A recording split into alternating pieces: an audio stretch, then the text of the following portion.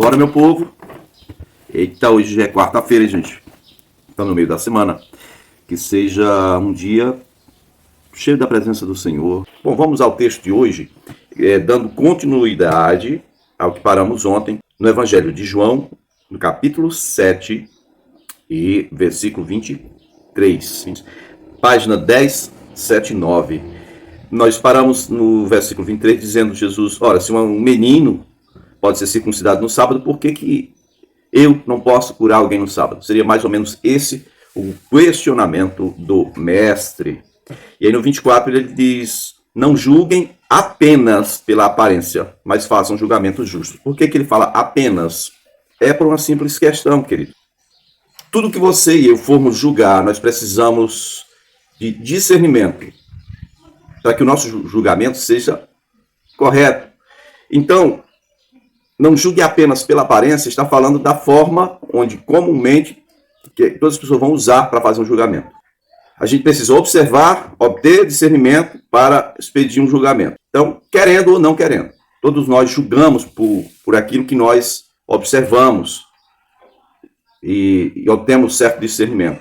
O que Jesus está dizendo aqui é que a gente não pode fazer isso somente por aquilo que a gente está vendo, mas que a gente precisa da luz da verdade dos fatos, em nosso redor, é claro, que sem a verdade não se estabelece justiça, mas nós precisamos também fazer julgamentos pela reta justiça, que não é a justiça dos homens, mas a justiça de Deus.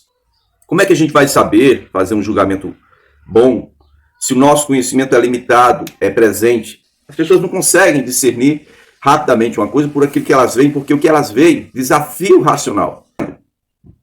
A pessoa não tem o conhecimento dos fatos, ela não pode fazer um julgamento legal. O que Jesus está querendo dizer é que falta para esse povo, para essa geração, conhecimento de Deus, para que possa fazer um julgamento correto, julgar pela reta justiça, conhecer, inclusive, o que há de espiritual por trás das coisas que acontecem ao nosso redor, para que a gente não possa fazer julgamento precipitado ou julgamento injusto. Vamos seguir o texto. Diz assim, verso 25 de João, capítulo 7. Então alguns habitantes de Jerusalém começaram a perguntar, não é este o homem que estão procurando matar? Aqui está ele, falando publicamente, e não lhe dizem nenhuma palavra.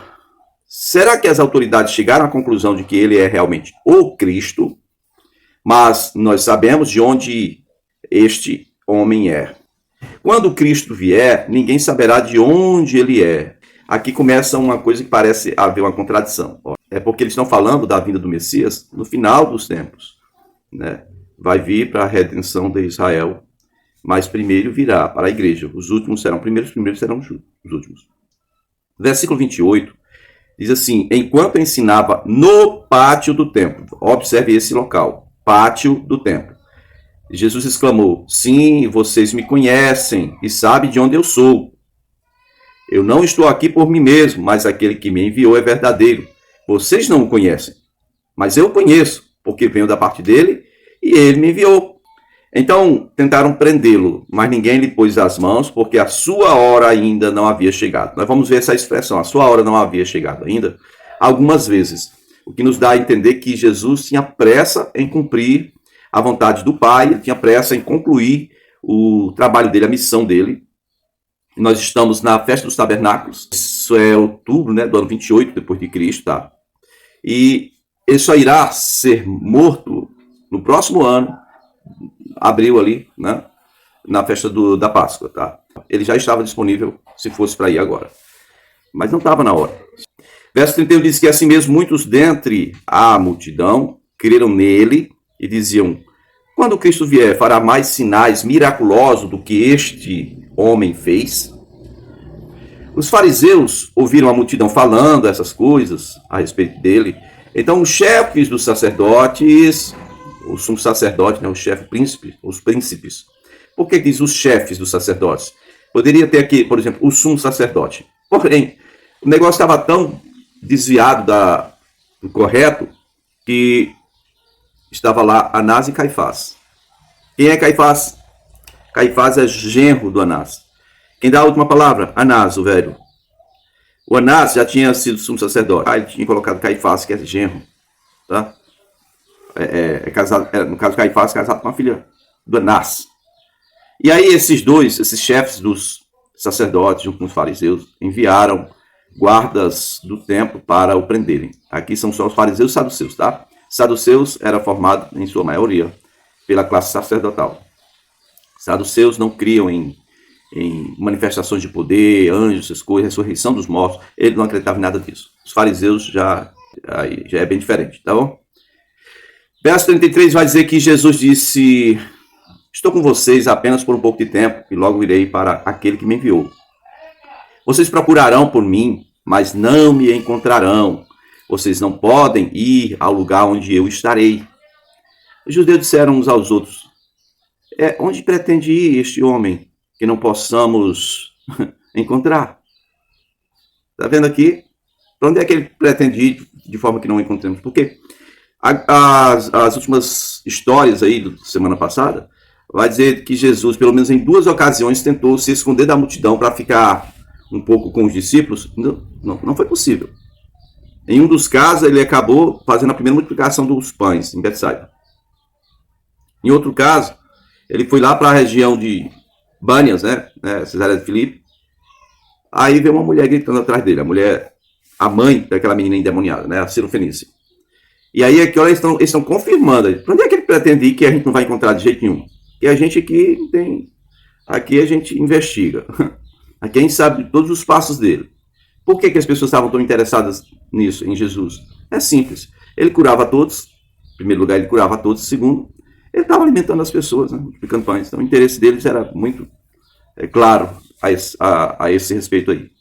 E a segunda parte do versículo diz: para onde vive o nosso povo, espalhado entre os gregos, a fim de ensiná-los? Ou seja, será que ele pretende ir para o meio dos gregos?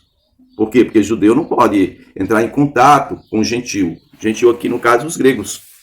Será que ele pretende ir para o meio das nações gentílicas? Porque se ele for, a gente vai saber para onde ele está, mas não tem como a gente encontrar. Aí, o seguinte, verso 36. O que ele quis dizer quando falou: vocês procurarão por mim, mas não me encontrarão, e vocês não podem ir ao lugar onde eu estarei. Então, no último e mais importante dia da festa, porque geralmente, verso 37 aí, vai falar, tanto a festa de tabernáculos como primícias e Pentecostes, essas festas, principalmente Páscoa e tabernáculo, de 8 dias, tem uma convocação solene no primeiro dia e outra convocação solene no último dia. O dia mais importante da festa dos tabernáculos é o último dia. Jesus se levanta e diz em alta voz: se alguém tem sede, venha a mim e beba. Quem crê em mim, como diz a Escritura, do seu interior fluirão rios de água viva. Ele estava se referindo ao Espírito que, mais tarde, receberiam os que nele crescem. Até então, o Espírito ainda não tinha sido dado, pois Jesus ainda não fora glorificado, ou seja, Jesus ainda não tinha subido aos céus. Nós vamos ver isso mais para frente, porque nós estamos fazendo leitura aqui no Evangelho de João. E nós estamos na Bíblia em ordem cronológica, é outro fator que você precisa compreender aqui. Os evangelhos sinóticos, pela ordem cronológica, a gente usou muito deles até aqui. Daqui para frente a gente vai ver muito mais narrativa de João, porque o Evangelho de João, embora coloque Jesus como o verbo de Deus que criou todas as coisas no início, ele só narra os últimos meses do ministério de Jesus. Nós estamos aqui em João 7, por exemplo. Quando chegarmos ali no capítulo 13 para o 14, até o final do Evangelho de João, só vai falar das últimas 2 semanas, para você ter uma ideia. Agora vai aparecer muita coisa aí, muitas histórias do Evangelho de João. Olha o versículo 40 de João, capítulo 7. E ouvindo as suas palavras, alguns dentre o povo disseram: certamente este homem é profeta. Outros disseram: ele é o Cristo. Ainda outros perguntaram: como pode o Cristo vir da Galileia? Eles estão em terrível confusão. Primeiro eles disseram: quando Cristo vier, ninguém sabe de onde ele vem. Esse aí todo mundo sabe de onde é. Da Galileia, ele foi criado ali em Nazaré. Como pode o Cristo vir da Galileia? Ou seja, Galileia, irmãos, é uma referência muito ruim. Não tem lógica ele vir da Galileia. Verso 42. A Escritura não diz que o Cristo virá da descendência de Davi, da cidade de Belém, onde Davi viveu? Assim o povo ficou dividido. Por que o povo ficou dividido por causa de Jesus? Falta de conhecimento prático. Quando a gente não tem o conhecimento dos fatos, a gente não tem discernimento para fazer julgamentos. E a gente se divide por falta de conhecimento ou por excesso de conhecimento. Um grupo tinha conhecimento, outro não. Quem estava bem próximo de Jesus sabia de onde ele veio. E ele nasceu em Belém, embora a mãe morasse em Nazaré e o pai, descendente de Davi, era de Belém. Alguns queriam prendê-lo, mas ninguém lhe pôs as mãos. Finalmente, os guardas do templo voltaram aos chefes dos sacerdotes e aos fariseus, os quais lhes perguntaram: por que vocês não trouxeram um homem, né? Na verdade, a gente já sabe a resposta, que nós que estamos lendo a Bíblia já sabemos. É porque não estava na hora. Não estava na hora. E verso 46, ninguém jamais falou da maneira como este homem fala. Foi o que os guardas disseram, os guardas do templo. Será que vocês também foram enganados? Quer dizer, na visão dos sacerdotes e fariseus, os escribas, quem ouve Jesus é porque está enganado. Eu acho que é o contrário. Na verdade, quem não escuta, não ouve Jesus, é que está em apuros, viu? Está enganado e está muito enganado, redondamente enganado. Verso 48. Por acaso alguém das autoridades ou dos profetas creu nele? É claro que não. As autoridades estavam cegas, né? Os profetas aqui tinham sido substituídos pelos escribas, gente, né? Essa tendência começou desde a época de Esdras, tá? Antes do período intertestamentário ali, 400 anos, não teve profeta. Então os escribas é que anunciavam a Torá, a lei de Moisés para o povo. Verso 49. Ele diz, não, nenhuma autoridade, né, seguiu Jesus, mas essa ralé que nada entende da lei é maldita. Ou seja, essa ralé que está escutando ele é uma ralé maldita. Não sabe de nada. Tá vendo aí? Os entendidos aqui que não escutam Deus, que não ouvem Deus, que não andam no caminho de Deus, que nada tem com Deus, não tem conhecimento nenhum das coisas de Deus. Esses vão expedir um julgamento para a ralé. Essa ralé é maldita, não sabe de nada. Que coisa interessante. Verso 50. Nicodemos, um deles, que antes tinha procurado Jesus, perguntou-lhes: a nossa lei condena alguém sem primeiro ouvi-lo para saber o que ele está fazendo? Eles responderam: você também é da Galileia, Nicodemos? Verifique o que é a Torá, a lei e os profetas. Verifique e descobrirá que da Galileia não surge profeta. Eita!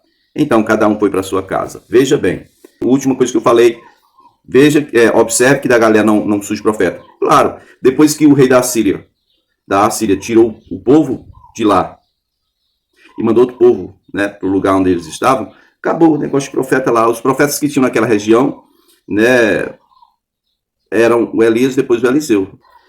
Mas, não mais, realmente não surgia nenhum profeta em Israel.